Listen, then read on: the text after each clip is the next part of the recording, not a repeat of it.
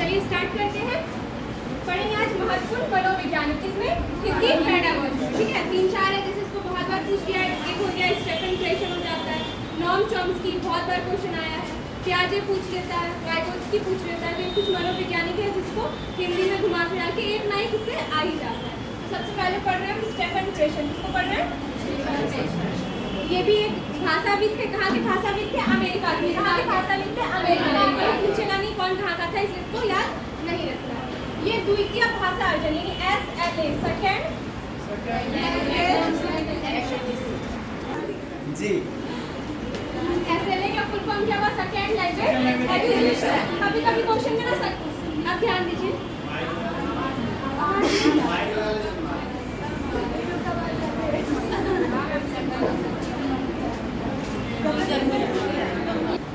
तो कभी कभी क्वेश्चन में क्या होता है, डायरेक्ट SLA लिखा हुआ आ जाता है और सब सोचता है SLA है क्या है। असल में कोई वर्ड पढ़ी नहीं है तो SLA क्या होता है? Second language acquisition. तो ये स्टेफन क्रेशन क्या बताए हैं कि जैसे बच्चा अपनी मातृभाषा या प्रथम भाषा को कैसे सीख लेता है? अर्जन के द्वारा सीख लेता है। क्यों सीख लेता है? क्योंकि उसको क्या मिला रहता है? वैसा परिवेश मिला रहता है। घर परिवार में वो बोलता हुआ सुनता है, सबको खेलने जाता है तो सुनता है, तो क्या होता है? बच्चा धीरे धीरे अर्जन कर लेता है। तो स्टेफन क्रेशन कहते हैं कि द्वितीय भाषा भी वैसे सीखा जा सकता है यदि बच्चों को हम क्या दें? वैसा परिवेश दें तो। देखते हैं कोई बच्चा स्कूल जा रहा है, वहाँ उसको जबरदस्ती नहीं सिखा रहा है कोई इंग्लिश, लेकिन टीचर इंग्लिश बोलती है, घर आने के बाद अगर क्या उसको इंग्लिश मूवी दिखाइए, गेम खेले दीजिए जिसमें इंग्लिश में बात हो रहा हो, तो बच्चा क्या होगा? धीरे धीरे खुद क्या होगा? इंग्लिश बोलना सीख जाता है। तो स्टेफन क्रेशन क्या कहते हैं कि SLA सेकेंड लैंग्वेज एक्विजिशन यानी सेकेंड लैंग्वेज को भी क्या किया जा सकता है? एक्वायर किया जा सकता है। कब? यदि हम बच्चों को वैसा परिवेश प्रदान करें तो। इसका कुछ परिकल्पना दिया था इन्होंने। पहला बोला था अर्जन अधिगम परिकल्पना। क्या दिया है? अर्जन अधिगम परिकल्पना यानी अर्जन के द्वारा भी अधिगम कर सकते हैं अगर वैसा परिवेश हम लोगों को मिले तो। दूसरा है निगरानी। दूसरा क्या है? निगरानी। इसमें होता क्या है, जब हम अर्जन द्वारा कुछ सीख लेते हैं फिर उसको क्या और धीरे धीरे बच्चा बड़ा होता है, स्कूल जाएगा, घर जाएगा, थोड़ा और अच्छे से सीखेगा तो क्या करेगा? उसको मॉनिटर करेगा। क्या करेगा? निगरानी करेगा। अच्छा पहले जो हम सीखे तो वो थोड़ा गलत हो गया था, उसमें क्या करना पड़ेगा? हमको सुधार करना पड़ेगा। तीसरा निवेश। निवेश इनपुट हाइपोथेसिस। बच्चे को ऐसे इनपुट देने चाहिए जो क्या हो? बोध।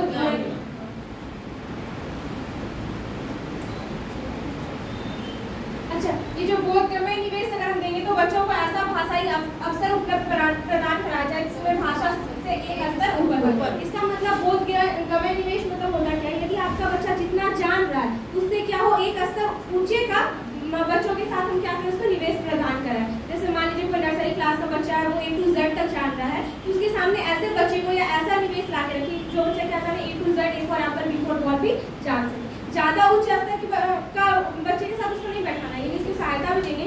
जो व्यक्ति है वो बहुत ज्यादा ज्ञानी नहीं होना चाहिए। कितने होना चाहिए? उससे एक स्तर ऊपर होना चाहिए। ठीक है, भाषा से एक स्तर ऊपर होना चाहिए। चौथा है भावात्मक फिल्टर यानी जो बच्चा क्या हो? भावात्मक रूप से कॉन्फिडेंट हो, नहीं हमको सीखना है, मोटिवेटेड हो, तो वो क्या होता है? भाषा को जल्दी सीख जाता है।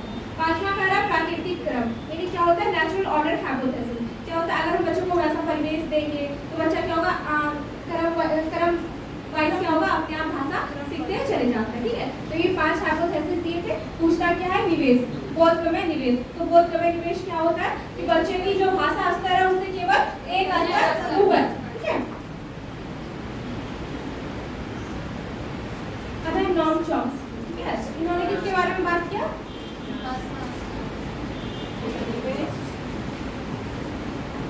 Language acquisition device.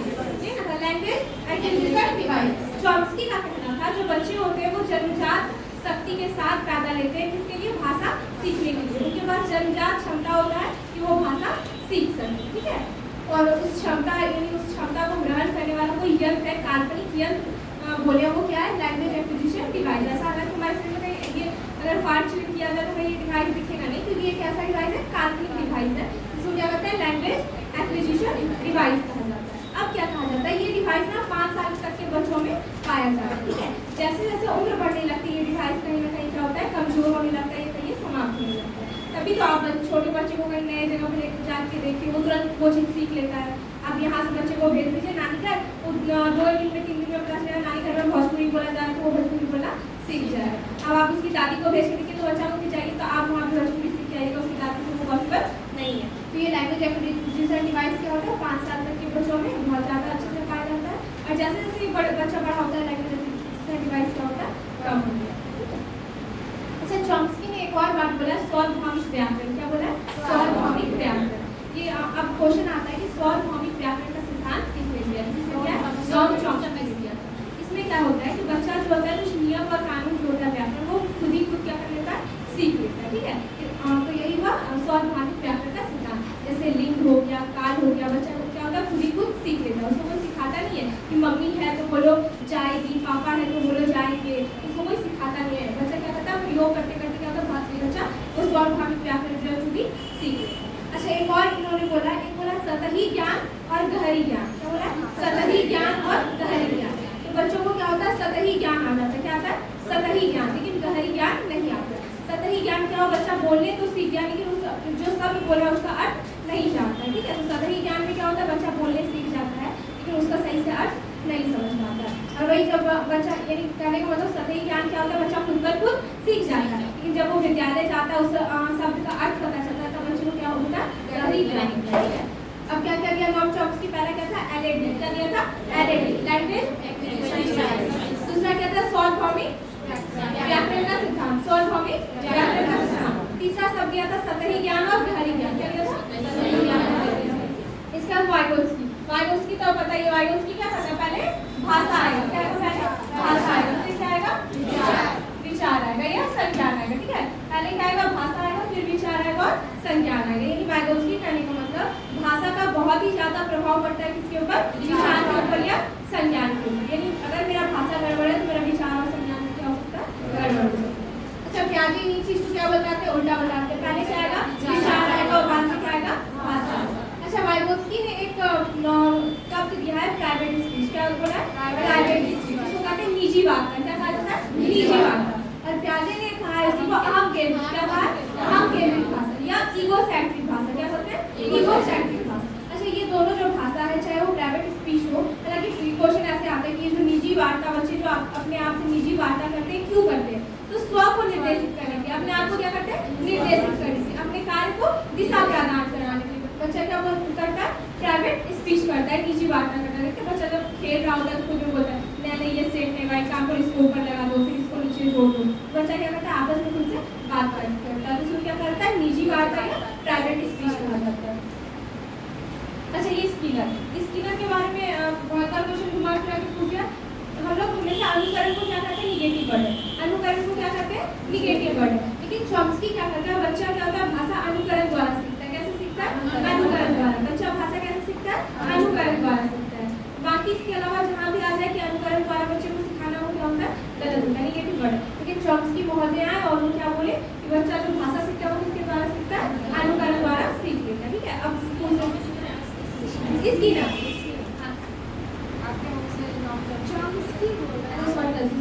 स्किनर ने क्या कहा? बच्चा जो भाषा सीखता है वो किसके द्वारा सीखता है? अनुकरण द्वारा सीख लेता है।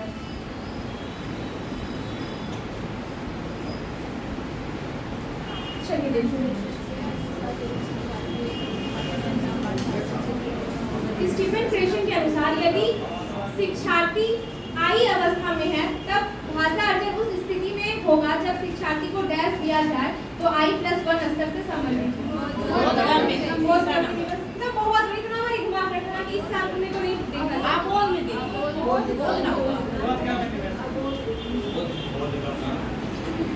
बहुत क्या मैं सुना ये इस बार बारे में तो नहीं किया कि वो 22 वाले जो फर्स्ट बार ऑनलाइन एग्जाम हुआ था इतना ही क्वेश्चन है सब बच्चा परेशान था क्या होगा। तो ये I+1 क्या बताता था? ये विद्यार्थी है, I क्या विद्या और 1 क्या से एक स्तर ऊंचा दे रहा है। ठीक है, दूसरा क्या हो जाएगा? बोध में निवेश हो जाएगा।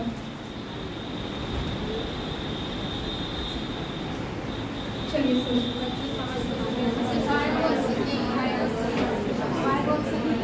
सामाजिक अंतर क्रिया है तो कौन हो जाएगा?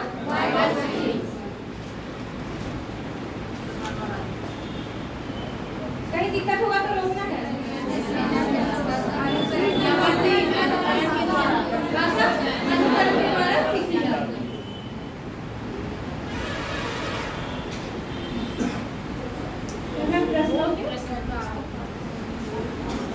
प्रश्नों के प्रकार। प्रश्न कितने प्रकार के होते हैं? पहला क्या है? बोध प्रश्न। क्या है? बोध प्रश्न। प्रस्तुत पाठ के समझने में छात्र कहाँ तक सफल हुए यह जानने के लिए बोधात्मक प्रश्न दीजिए और पाठ पढ़ाने के बाद आप बच्चे से अगर प्रश्न पूछ रहे हैं, बताओ तो राम नानी घर का है क्या था, तो ये कैसा प्रश्न होगा? बोध प्रश्न। कैसा प्रश्न होगा? बोध प्रश्न। उसके बाद आता है विकासात्मक प्रश्न। क्या आता है? विकासात्मक प्रश्न। विषय वस्तु व पाठ को विकसित करने के लिए विकासात्मक प्रश्न किया जाता है। यानी पाठ जब पढ़ा रहे हैं तो क्या करें, उसी से बीच बीच में कोई क्वेश्चन करने लगे, या स्टार्टिंग में ही करने लगे, अच्छा होता है तो नानी घर जाते हो तो कौन से गाड़ी से जाते हो, ताकि क्या हो विषय वस्तु को और हम विकसित कर सकें। क्या कर सकें? विषय वस्तु को विकसित कर सकें। तो वैसे प्रश्न क्या करते हैं? विकासात्मक प्रश्न कहा जाता है। उसके बाद है पुनरावृत्त्यात्मक प्रश्न। पुनरावृत्ति मतलब ये होता है कि बार बार पूछना। ऐसे प्रश्न शिक्षण पूरा होने के बाद विषय से संबंधित किए जाते हैं, ताकि विषय वस्तु को एक बार परीक्षण किया जा सके और पाठ सभी बच्चों को समझ आया या नहीं, टीचर को यह भी पता चल जाता है। अब आएगा कि ऐसा कौन सा प्रश्न करेंगे बच्चे से कि बच्चा क्या हो, बच्चों का परीक्षण भी हो जाए और टीचर को पता चल जाए कि बच्चा समझ पा रहा है या नहीं समझ पा रहा है। तो क्या हो जाएगा? पुनरावृत्त्यात्मक प्रश्न। ठीक है, ये वाला लाइन पर थोड़ा ध्यान रखना है कि बच्चों को समझ आया या नहीं और टीचर को भी पता चल जाता है। तो कौन सा प्रश्न हो जाएगा? पुनरावृत्त्यात्मक प्रश्न हो जाएगा। ठीक है,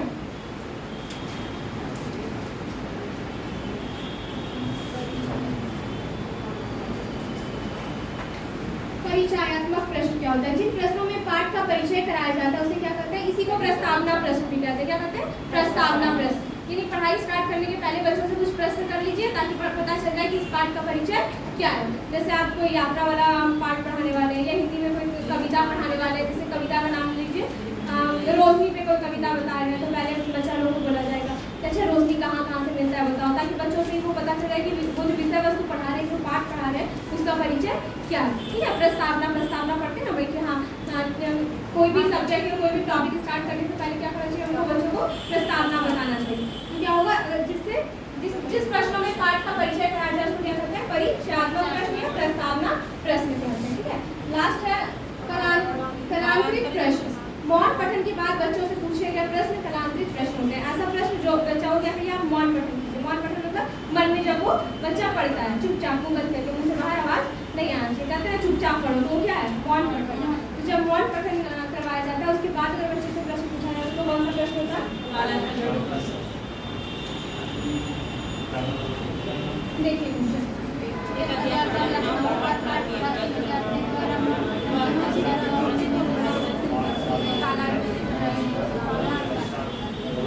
मौन पठन के बाद कौन सा प्रश्न करवाएंगे?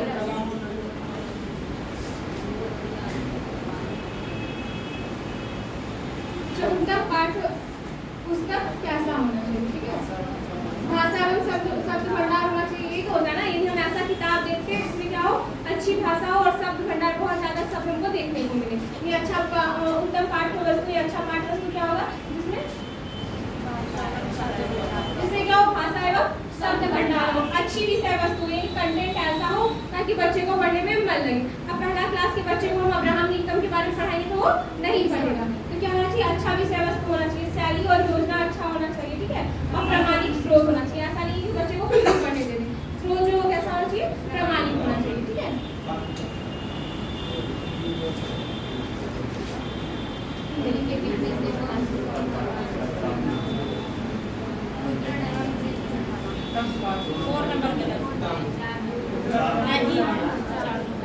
चार नंबर क्या करता है? निम्नलिखित में से कौन सा किसी उत्तम पाठ्य पुस्तक का मूलभूत मानदंड नहीं है?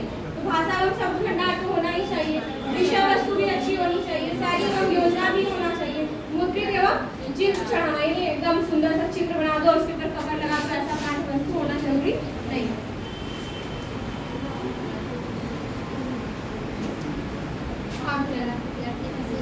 आकलन कैसा करना चाहिए? आकलन कैसा होना चाहिए? रचनात्मक या योगात्मक? रचनात्मक। योगात्मक आकलन हम बच्चों का नहीं करेंगे, कैसा करेंगे? रचनात्मक आकलन। कैसा करेंगे? रचनात्मक। एक होता है अधिगम के लिए आकलन। क्या होता है? अधिगम के लिए। एक होता है का आकलन, अधिगम का आकलन, और एक होता है अधिगम के रूप में आकलन। क्या होता है? अधिगम के रूप में। ठीक है, अधिगम के लिए जो आकलन होगा कि क्या होगा? कब होगा? शिक्षण के दौरान होगा। कब होगा? शिक्षण के दौरान। जैसे हम अभी पढ़ा रहे हैं कुछ पूछ के बीच में, तो ये क्या होगा? अधिगम के लिए। अधिगम का आकलन क्या होगा? जब हम पूरा चैप्टर खत्म कर दें और लास्ट में क्या करें? आपसे क्वेश्चन करना स्टार्ट करें, तो क्या हो जाएगा? अधिगम का आकलन। अधिगम के रूप में आकलन क्या होगा? जब आप पढ़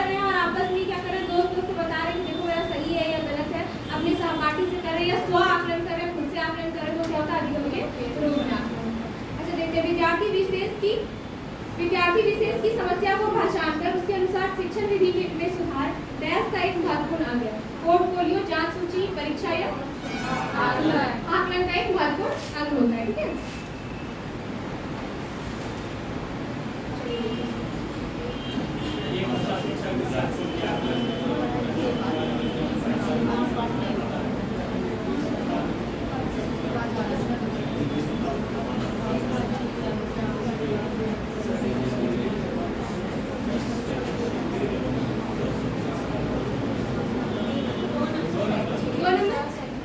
क्योंकि इसमें क्या करा शैक्षणिक एवं सहशैक्षणिक दोनों पहलुओं से जुड़े विविध उपकरणों एवं प्रविधियों का उपयोग करना।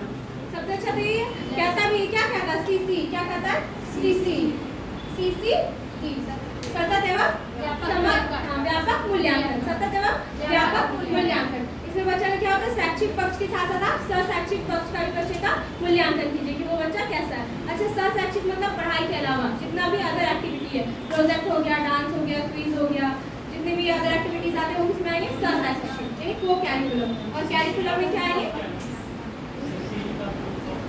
Continuous and comprehensive evaluation. Continuous and comprehensive evaluation. ठीक है, सतत एवं कॉम्प्रिहेंसिव व्यापक और इवैल्यूएशन मतलब मूल्यांकन।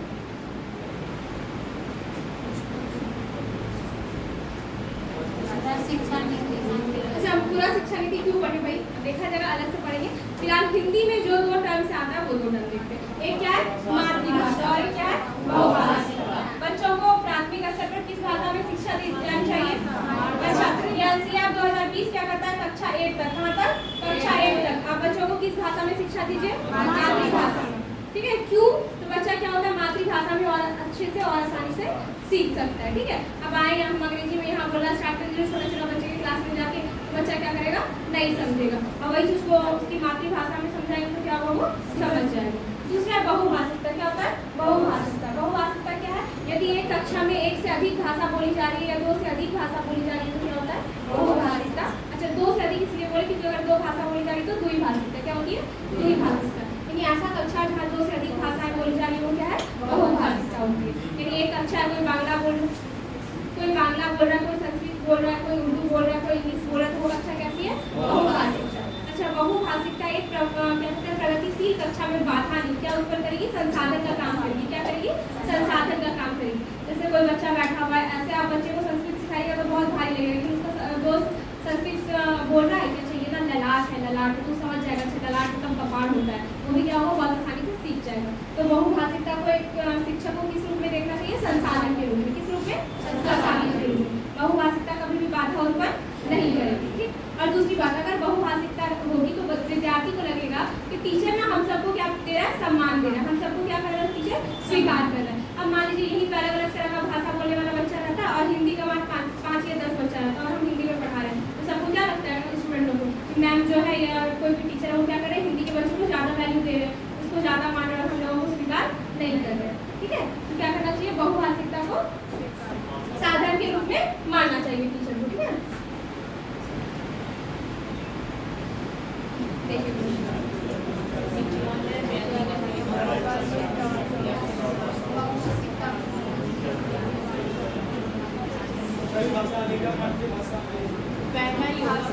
क्या है राष्ट्रीय शिक्षा नीति 2020 कहती है?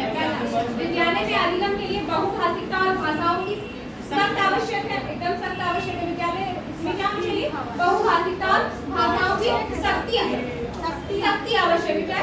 सख्ती आवश्यक है। दूसरा पढ़ते हैं, आगे की शिक्षा को सहज बनाने के लिए विद्यालय के प्राथमिक चरण में माध्यम के रूप में अंग्रेजी भाषा, ऐसा कहीं भी एनसीईआरटी 2020 नहीं कहता, सॉरी एनसीईआरटी में एनईपी 2020 ऐसा कोई भी बात नहीं कर रहा है कि आप क्या कीजिए बच्चों को माध्यमिक कक्षा में क्या दीजिए अंग्रेजी में पढ़ाइए, ऐसा कोई भी बात नहीं कहा जा रहा है। भाषा शिक्षण अधिगम मातृभाषा में ही होनी चाहिए, ऐसा भी बात नहीं कर रहा है कि केवल मातृभाषा में होनी चाहिए, ये भी बात एनईपी 2020 नहीं कहता है।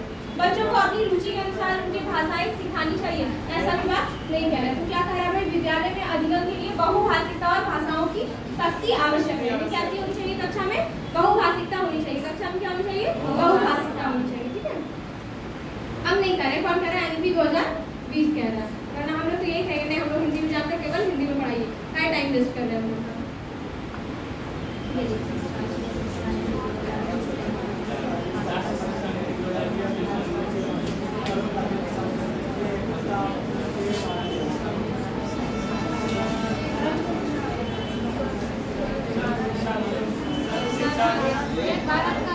एक भारत श्रेष्ठ भारत, ये सब कुछ टर्म है जो कि आपको याद करना पड़ेगा। क्या करता है? राष्ट्रीय शिक्षा नीति 2020 के अनुसार निम्नलिखित में से भारत सरकार की कौन सी पहल इस बात पर बल देती है कि विद्यार्थी अधिकांश रूप से प्रमुख भारतीय भाषाओं की उल्लेखनीय एकता के बारे में जाने? तो क्या बोलता है? एक भारत श्रेष्ठ भारत। कौन बोला? हमारे प्रधानमंत्री। कौन बोलते हैं? हमारे प्रधानमंत्री। ठीक है, एक भारत श्रेष्ठ भारत। ठीक है, आप देख लीजिएगा भाई, ऐसा है तो एकदम अभी 2 साल और बोल लीजिए। एक भारत श्रेष्ठ भारत कौन दिया था? एनईपी 2020। कौन दिया था? एनईपी 2020 की चर्चा से। ये वाला राष्ट्रीय शिक्षा नीति 2020 इस बात का समर्थन करती है कि मातृभाषा सभी भाषाओं और विषय वस्तु सीखने के लिए अनिवार्य है। दूसरा, बुनियादी स्तर से विद्यार्थी शिक्षा के माध्यम के रूप में अंग्रेजी है। त्रिभाषा सूत्र के अंतर्गत विदेशी भाषा का अध्ययन है। त्रिभाषा सूत्र के अंतर्गत शास्त्रीय भाषा का अध्ययन। मातृभाषा सभी भाषाओं और विषय वस्तु सीखने के लिए अनिवार्य है। ये कोई भी भाषा सीख रहे हैं तो उसमें क्या होता है? मातृभाषा अनिवार्य हो जाता है, ताकि हम उसको अनुवाद करके सीख सकें। कोई दिक्कत क्या? नहीं दिक्कत होगा तो बोलना है, ऐसा नहीं हो कि हम जो बोल रहे हैं वही उसी चीज को सही मान के ऐसा क्या चीज?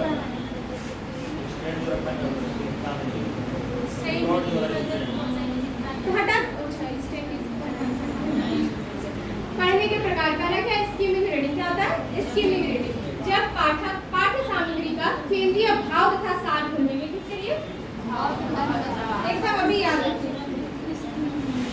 जब स्कीमिंग करें तो क्या खोलेंगे? स्कीमिंग करेंगे तो क्या खोलेंगे?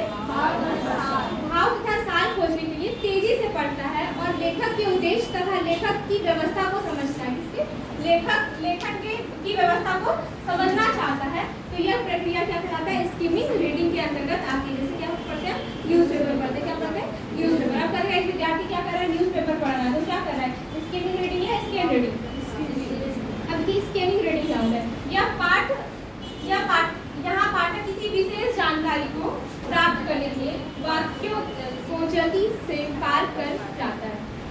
स्कैनिंग रीडिंग किसके लिए? विशेष जानकारी। स्कैनिंग रीडिंग किसके लिए? और स्कीमिंग रीडिंग किसके लिए? भाव तथा सार के लिए। एकदम ये कोड वर्ड है, जहाँ आएगा ये ले लेना। स्कीमिंग रीडिंग किसके लिए?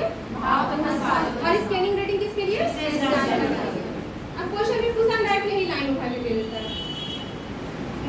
अच्छा, एक होता है गहरी पढ़ाई। क्या होता है? गहरी पढ़ाई। इसी को कहता है कभी-कभी बारीकी से पढ़ाई। क्या बोलता है? बारीकी से पढ़ाई। गहन पठन में बारीकी से और समय लेकर पढ़ा जाता है। यह पाठक को प्रत्येक शब्द का अर्थ समझाता है। यानी आप किताब को बच्चा किताब ले लिया, एकदम एक पन्ना पलटा रहा है, एक वर्ड पढ़ रहा है, अच्छा इतना तो नया, इसका मतलब नहीं समझ में आ रहा है, उसे एक शब्द का अर्थ निकालना, तो क्या होता है? गहरी पढ़ाई होता है। क्या होता है? गहरी पढ़ाई या बारीकी से पढ़ाई होता है। फिर एक है अतिशय अभ्यास। ठीक है, यह पाठक धारा प्रवाह पर अधिक जोर देता है और सटीकता पर कम। यानी तेजी से पढ़ते जा रहा है, तेजी से पढ़ते जा रहा है, वो क्या कर रहा है? धारा प्रवाह पे बल दे रहा है, नहीं धारा प्रवाह पे बल दे रहा है, बहुत स्पीड से पढ़ रहा है, लेकिन सटीकता पर कम। कि सही पढ़ रहे गलत, बच्चा लोग ये ना करता है, पढ़ो तो कविता तो ऐसे पढ़ देगा कि सारा कविता याद है, बस उसको आधा से वो वर्ड क्या कर रहा है? गलत ही बोलता है। ठीक है, ये वाला क्वेश्चन देखो।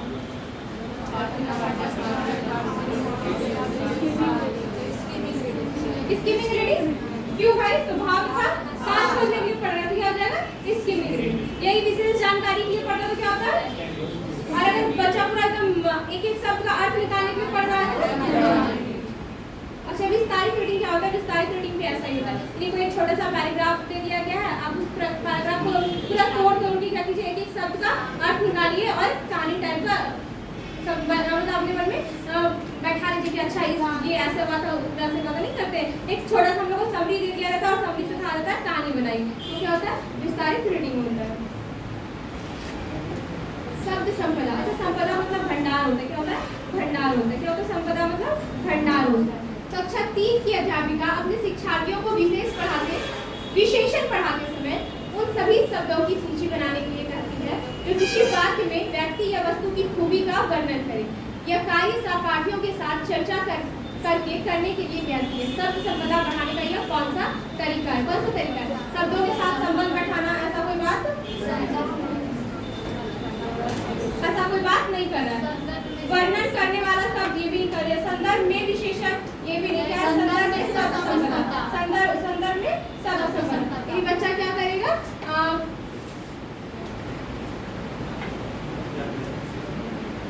क्या करता है बच्चों को? शब्दों की सूची बनाने के लिए करती है। क्या करती है?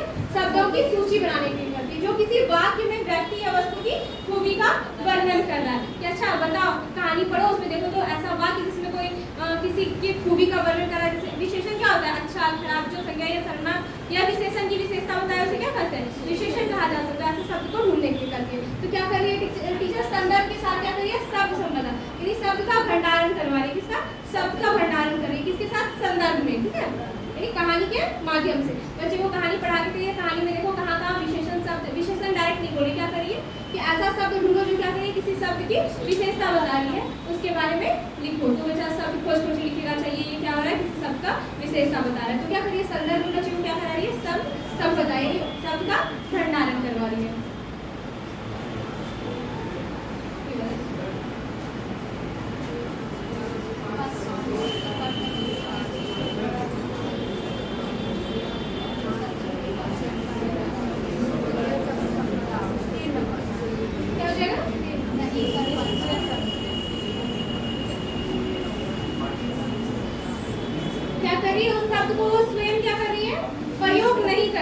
स्वयं प्रयोग नहीं कर पा रही है। अगर स्वयं प्रयोग कर पा रही हो तो क्या होता है? सक्रिय शब्द संपदा। क्या होता है?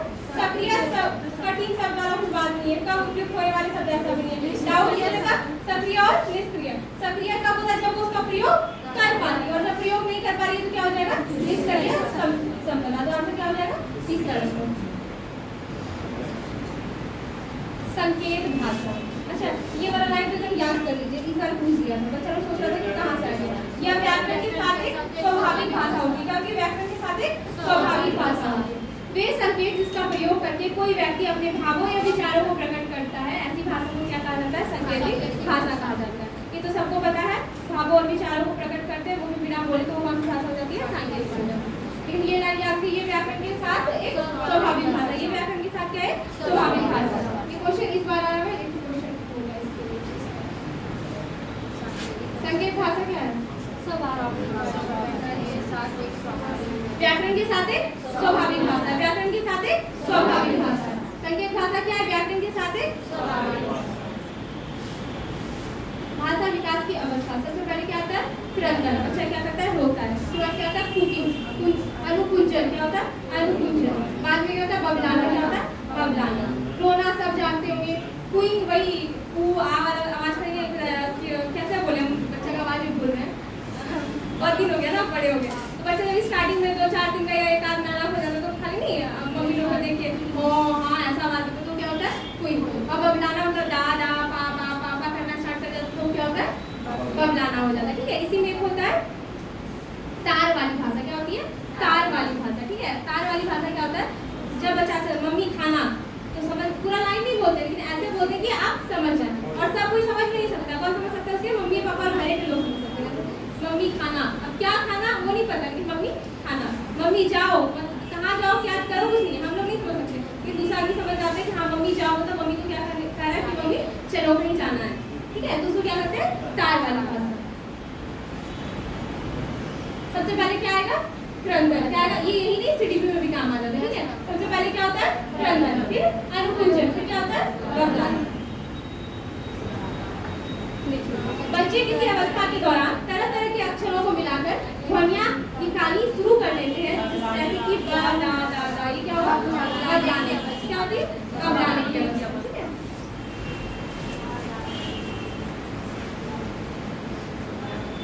बच्चों की मौखिक भाषा का सतत आकलन करने का सबसे बेहतर तरीका है मौखिक भाषा का विभिन्न संदर्भों में बातचीत। सबसे अच्छा तो ये है ना कि मौखिक भाषा का आकलन करेंगे तो क्या करेंगे? बहुत सारे संदर्भ रखेंगे बच्चे के सामने और क्या करेंगे? बातचीत करेंगे, ताकि पता चल जाए बच्चा वो कैसा है, ठीक है।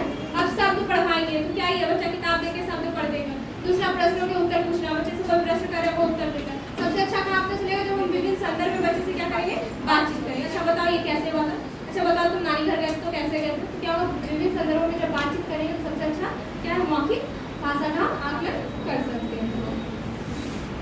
अच्छा त्रुटियां, त्रुटियां क्या है, महत्वपूर्ण है, क्या है, महत्वपूर्ण है। बच्चा अगर त्रुटियां कर रहा है तो इसका मतलब वो कुछ तो कर रहा है, क्या कर रहा है, कुछ तो कर रहा है। जब बच्चा गलती कर रहा है तो टीचर को क्या मानना चाहिए, अवसर के रूप में मानना चाहिए, क्या मानना चाहिए, अवसर के रूप में। बच्चों की त्रुटियां क्या बताती है टीचर को कि बच्चा कैसे चिंतन कर पा रहा है, क्या कर रहा है, बच्चा कैसे चिंतन कर पा रहा है, बच्चा कैसे सोच पा रहा है, ये क्या कौन बताती है, बच्चों की त्रुटियां बताती है। कक्षा में कुछ बच्चे लिखते समय वर्तनी संबंधी त्रुटियां करते हैं, एक भाषा शिक्षक के रूप में आप क्या करेंगे, क्या करेंगे, शब्दों का सही रूप,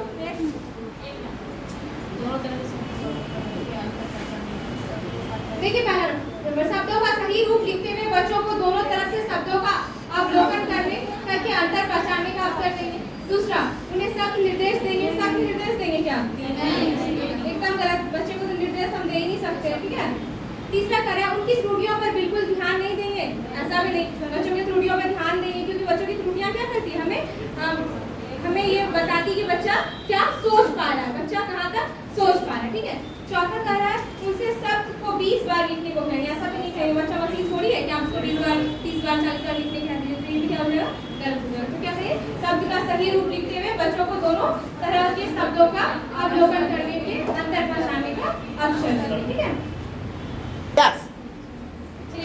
निदानात्मक परीक्षण की सफलता निर्भर करती है। अच्छा परीक्षण दो तरह का होता है, एक क्या पढ़े हैं, निदानात्मक, क्या होता है, निदानात्मक, एक क्या होता है, उपचारात्मक, एक होता है निदानात्मक, एक क्या होता है, उपचारात्मक। अच्छा इसी निदानात्मक को क्या कहते हैं, डायग्नोस्टिक टेस्ट, क्या कहा जाता है, डायग्नोस्टिक टेस्ट। अब देखिए अगर बच्चा को कुछ हम सिखा रहे हैं, बच्चे को कुछ हम सिखा रहे हैं, वो कहाँ तक सीख पाया, क्या कमियां रह गई, उसके लिए कौन सा करेंगे, निदानात्मक, कौन सा करेंगे, निदानात्मक। यानी आप पहले डॉक्टर के यहाँ जाते हैं तो वो क्या करता है, कुछ भी आपको दवाई देने से, आपका उपचार करने से पहले आपको क्या करता है, जाइए आप टेस्ट करवा के आइए, क्या करवा के आइए, टेस्ट करवा के आइए। टेस्ट देखेंगे अच्छा सीबीसी दिया है, ब्लड प्लेटलेट्स दिया है, क्या कम है क्या ज्यादा है, तब वो क्या करेगा, आपको दवाई देगा। उसी तरह क्या करते हैं हम लोग, पहले कौन सा परीक्षण करते हैं, निदानात्मक, कौन सा करते हैं, निदानात्मक। निदानात्मक परीक्षण क्या बताता है, अधिगम में जो रिक्तियां हैं वो क्या है, अधिगम में रिक्तियां क्या है और क्यों है, यानी अधिगम बच्चे को जो हम सिखा रहे हैं वो सीखने में जो रिक्तियां रह गई, वो कमियां रह गई, वो जो गैप आ रहा है वो क्यों आ रहा है, किससे पता चलेगा हमको, निदानात्मक परीक्षण से। अब जब एक बार पता लग गया कि अच्छा लगता है विद्यार्थी को कोई गलत नहीं, गलती मास्टर करेगा था, यही गलत विधि अपना रहा था, तब क्या करेंगे, उपचारात्मक करेंगे, क्या करेंगे, उपचार करेंगे, ठीक है। अच्छा अब हमको क्या करना चाहिए, ये विधि बदल के दूसरे विधि से पढ़ाना चाहिए, ठीक है। तो निदानात्मक परीक्षण किस लिए करते हैं, अधिगम में रिक्तियों को पता लगाने के, अधिगम में रिक्तियों को पता लगाने के, ठीक है। और जब एक बार पता लग जाता है हम क्या करेंगे, उपचार करके क्या कर सकते हैं, अधिगम में सुधार कर सकते हैं। तो निदानात्मक परीक्षण की सफलता निर्भर करती है शिक्षण अधिगम के समय और अंतराल पर, व्याकरण के नियमों पर, निदानात्मक शिक्षण के साथ सामग्री पर, और अधिगम में पिछड़ने के कारणों को पहचानने पर। क्या अधिगम में पिछड़ने के कारणों को पहचानने पर, यही ना बता दें कि बच्चा कोई अधिगम में पिछड़ गया, जो रिक्तियां रह गया, जो गैप रह गया, वो क्यों रह गया है, वो कौन बताता है, निदानात्मक परीक्षण बताता है। कौन बताता है, निदानात्मक परीक्षण बताता है। जब हम निदानात्मक परीक्षण कर लेंगे तो पता चल जाएगा कि बच्चा में जो कमियां आ रही है, जो बच्चा अधिगम नहीं कर पा रहा है, वो क्यों नहीं कर पा रहा है, ठीक है।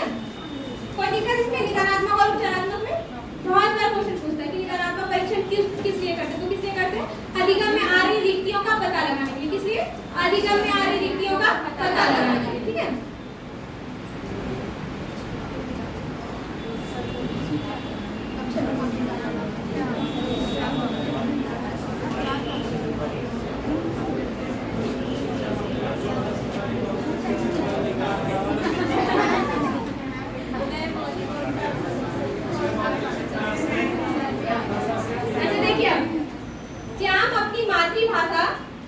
श्याम अपनी मातृभाषा संथाली बहुत अच्छे से पढ़ लेता है और उसने बहुत अच्छी तरह से फ्रेंच भाषा सीख ली। गजब बात है, संथाली वाला सीधे फ्रेंच पहुंच गया, हम लोग बिहारी को मतलब हिंदी वाला फ्रेंच नहीं सीख पाए।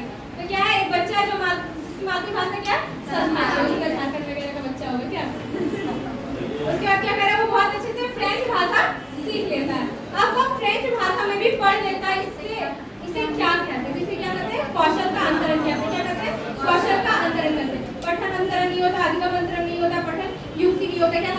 कौशल का अंतरण।